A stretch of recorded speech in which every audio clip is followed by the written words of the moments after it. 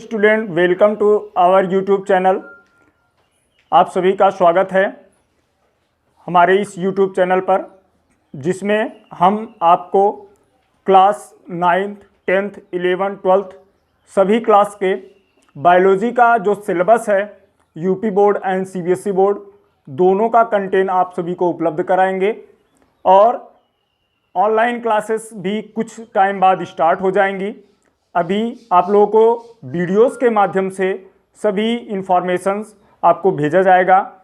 और सबसे पहले हम जो बोर्ड की क्लासेस हैं क्लास 10th और क्लास 12th उसी के सिलेबस और उसके टॉपिक्स हम प्रोवाइड करेंगे। तो सबसे पहले आज हम क्लास 12th का बायोलॉजी का फर्स्ट चैप्टर स्टार्ट करने जा रहे हैं।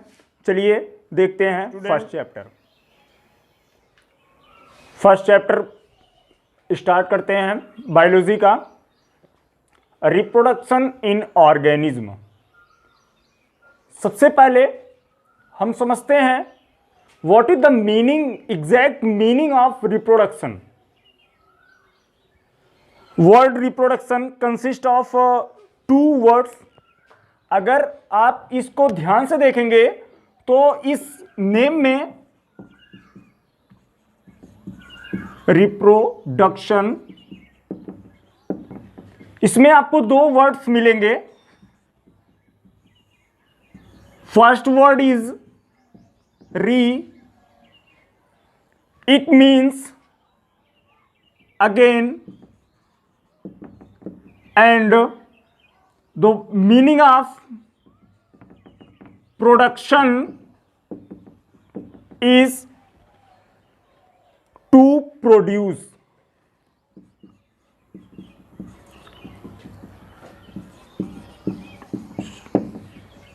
What is the total meaning of reproduction? Re means again and production means to produce. Thus reproduction literally means to produce again। अगर हम होल वर्ड का मीनिंग समझते हैं रिप्रोडक्शन का तो होगा to produce again.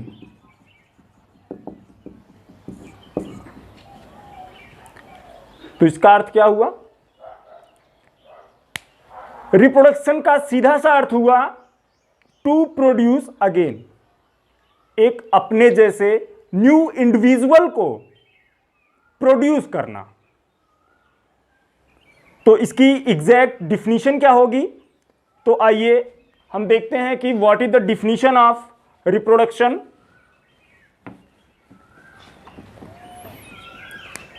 It can be defined as a reproduction is a reproduction is a biological process। Reproduction is a biological process in which an organism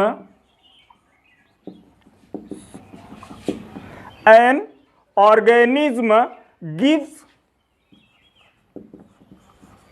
to young ones। Young ones means of spring। Similar to itself।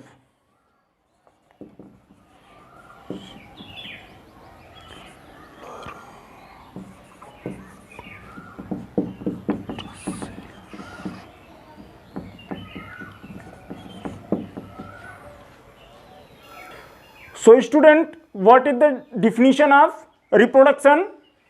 So reproduction is a biological process in which an organism gives, one word is gives।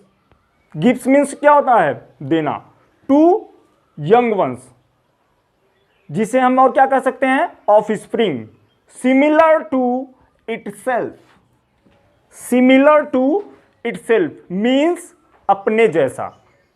तो इसकी हिंदी में definition क्या हो जाएगी? जनन वह जैविक प्रक्रिया है जिसमें कोई भी जीव अपनी जैसी संतान या यंगवंश को या ऑफस्प्रिंग को प्रोड्यूस करती है। तो ये एक डिफिनीशन हो गई, बेसिक डिफिनीशन जिसे हम कह सकते हैं जो रिप्रोडक्शन की होती है। फिर आगे हम एक और इम्पॉर्टेंट चीज़ है जो कि एनसीईआरटी की बुक अगर आप देखेंगे तो एनसीईआरटी में आपको मिलेगा कि एक टॉपिक है या हम कह लें क्वेश्चन है, बहुत ही इंपॉर्टेंट क्वेश्चन है। क्वेश्चन का है कि why reproduction is importance for all living things. Why reproduction is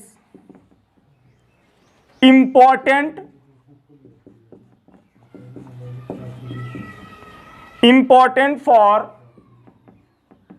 all living things। ये एनसीईआरटी का फर्स्ट क्वेश्चन है। यहां पर हम एनसीईआरटी के क्वेश्चन का डिस्कशन इसलिए कर रहे हैं कि जितने भी क्वेश्चन पुटअप किए जाते हैं वो सभी एनसीईआरटी के अकॉर्डिंग ही पुटअप किए जाते हैं किसी भी बोर्ड एग्जाम में। तो सबसे पहले हम इस क्वेश्चन को समझते हैं कि क्वेश्चन में क्या आ रहा है। Why reproduction is important for all living things, मतलब कि सभी जीवों के लिए रिप्रोडक्शन इंपॉर्टेंट क्यों है। Why reproduction is important for us, जीवों को क्यों रिप्रोडक्शन करना चाहिए। तो इसका आंसर ये होगा कि जितने भी लिविंग थिंग्स इस अर्थ पर हैं वो सभी इमॉर्टल हैं। देखते हैं, living things are not immortal. What is the meaning of immortal? Immortal means होता है कि जिसकी कभी डेथ ना हो। तो जितने भी लिविंग थिंग्स हैं वो कैसे हैं? आर नॉट इमॉर्टल मीन्स कभी ना कभी उनकी डेथ होना निर्धारित है, कंफर्म है। तो इसके लिए they can live only for certain time duration, वो कुछ ही समय तक जीवित रह सकते हैं। आफ्टर विच डेथ इज इनवेटिबल, मतलब कि वो कभी ना कभी उनकी डेथ हो जाएगी। तो इसमें एक वर्ड आता है जिसे हम आपके सामने डिस्कस करेंगे। वो वर्ड आता है, एनसीईआरटी ने भी बहुत अच्छे तरीके से उसको दिया है, तो वह है life span. Life span, what is the definition of life span? Life span is the period from birth to the natural death. हम इसे राइट डाउन कर लेते हैं। The period from birth to natural death. ध्यान से समझिए, the period from birth यानी जन्म से, और नेचुरल डेथ जो होती है, प्राकृतिक डेथ जो होती है, प्राकृतिक मृत्यु जो होती है, उसके बीच का जो टाइम पीरियड होता है, जो भी एक्टिविटीज होती है, जो भी डेवलपमेंट्स होते हैं, उसको हम क्या कहते हैं? उसे हम कहते हैं लाइफ स्पैन। तो लाइफ स्पैन की डिफिनीशन क्या हुआ? The period from birth to the natural death is called life span. अब एक चीज और आती है कि जितने भी लिविंग ऑर्गेनिज्म इस अर्थ पर होते हैं उनकी shape, size, activities and other activities, जो भी चीजें होती हैं वो डिफरेंट डिफरेंट होती हैं। तो उनके शेप एंड साइज के अकॉर्डिंग क्या उनकी लाइफ स्पैन भी अलग अलग होती है? यस। जितने भी लिविंग ऑर्गेनिज्म पाए जाते हैं उनका जो भी शेप होता है, जो भी साइज होता है, वह अलग अलग होने का कोई मतलब नहीं है। अर्थात लाइफ स्पैन जो होता है वह सभी जीवों का, जितने भी लिविंग ऑर्गेनिज्म पाए जाते हैं उन सभी का अलग अलग होता है। तो हम समझते हैं कुछ एग्जाम्पल के साथ। जैसे अगर आपसे बताया जाए कि क्रो आपने देखा है, तो आप कहेंगे हाँ हमने क्रो देखा है। आपने पैरट भी देखा होगा। और अगर दोनों का हम शेप एंड साइज की बात करें तो दोनों का लगभग कॉमन होता है। जैसा क्रो और पैरट होते हैं, दोनों आप जानते हैं फ्लाइंग एनिमल्स हैं, उड़ने वाले पक्षी हैं, और दोनों की शेप साइज लगभग कॉमन होती है, लगभग सामान्य होती है। जो भी उनके लाइफ प्रोसेस होती हैं वो भी लगभग एक जैसे होते हैं। बट दोनों का अगर हम लाइफ स्पैन देखें तो क्रो का लाइफ स्पैन जो होता है, क्रो का लाइफ स्पैन जो होता है वो होता है 15 ईयर्स। मींस क्रो जो है वह ओनली 15 ईयर्स तक ही लाइव रह सकता है। और अगर हम वही बात करें पैरट की, पैरट की अगर हम बात करें तो पैरट की जो लाइफ स्पैन होती है वह 140 ईयर्स होती है। अब आप समझ लीजिए कि life span shape and size के अकॉर्डिंग नहीं होता है, वह डिपेंड करता है कि उस लिविंग ऑर्गेनिज्म का क्या एक्टिविटीज़ हैं, क्या उनकी बॉडी कंडीशन है, उस पर डिपेंड करता है। और जितने भी लिविंग ऑर्गेनिज्म हैं सभी का लाइफ स्पैन जो होता है वह अलग अलग होता है। अगर आप एनसीईआरटी बुक में देखेंगे तो वहाँ पर एक फिगर दिया गया है और उस फिगर में कुछ अलग अलग टाइप्स के लिविंग ऑर्गेनिज्म दिए गए हैं और उनका लाइफ स्पैन नहीं दिया गया है। आज हम उसी को फिलअप करा देते हैं कि जो भी उसमें फिगर है उसमें कौन कौन से लिविंग ऑर्गेनिज्म हैं और उनका लाइफ स्पैन क्या है। तो उसमें आप फिगर में देखेंगे तो फर्स्ट पॉइंट पर आपको मिलेगा एलिफेंट।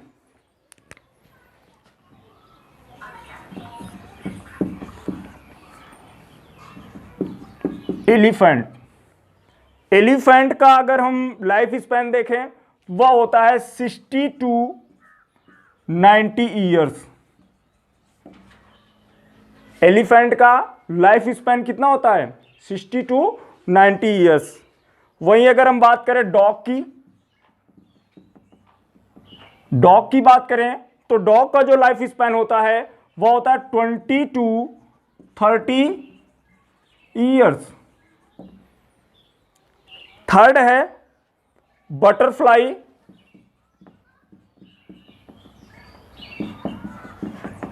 बटरफ्लाई का जो लाइफ स्पैन होता है वह ओनली 1 to 2 वीक्स।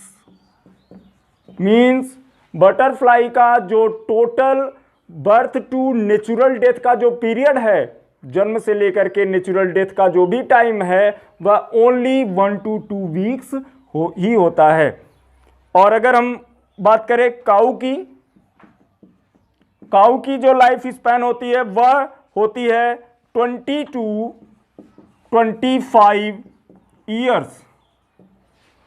काऊ की लाइफ स्पैन हो गई 20 to 25 ईयर्स। पैरट का मैंने आपको बता ही दिया, पैरट का 140 ईयर्स। क्रो का मैंने बता दिया 15 ईयर्स होता है। अब देखते हैं हॉर्स का क्या होता है। हॉर्स का जो लाइफ स्पैन होता है वह होता है 60 ईयर्स। एंड अगर हम बात करें क्रोकोडाइल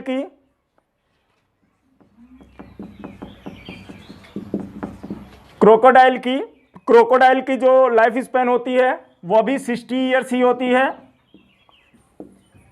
और अगर हम बात करें फ्रूट फ्लाई,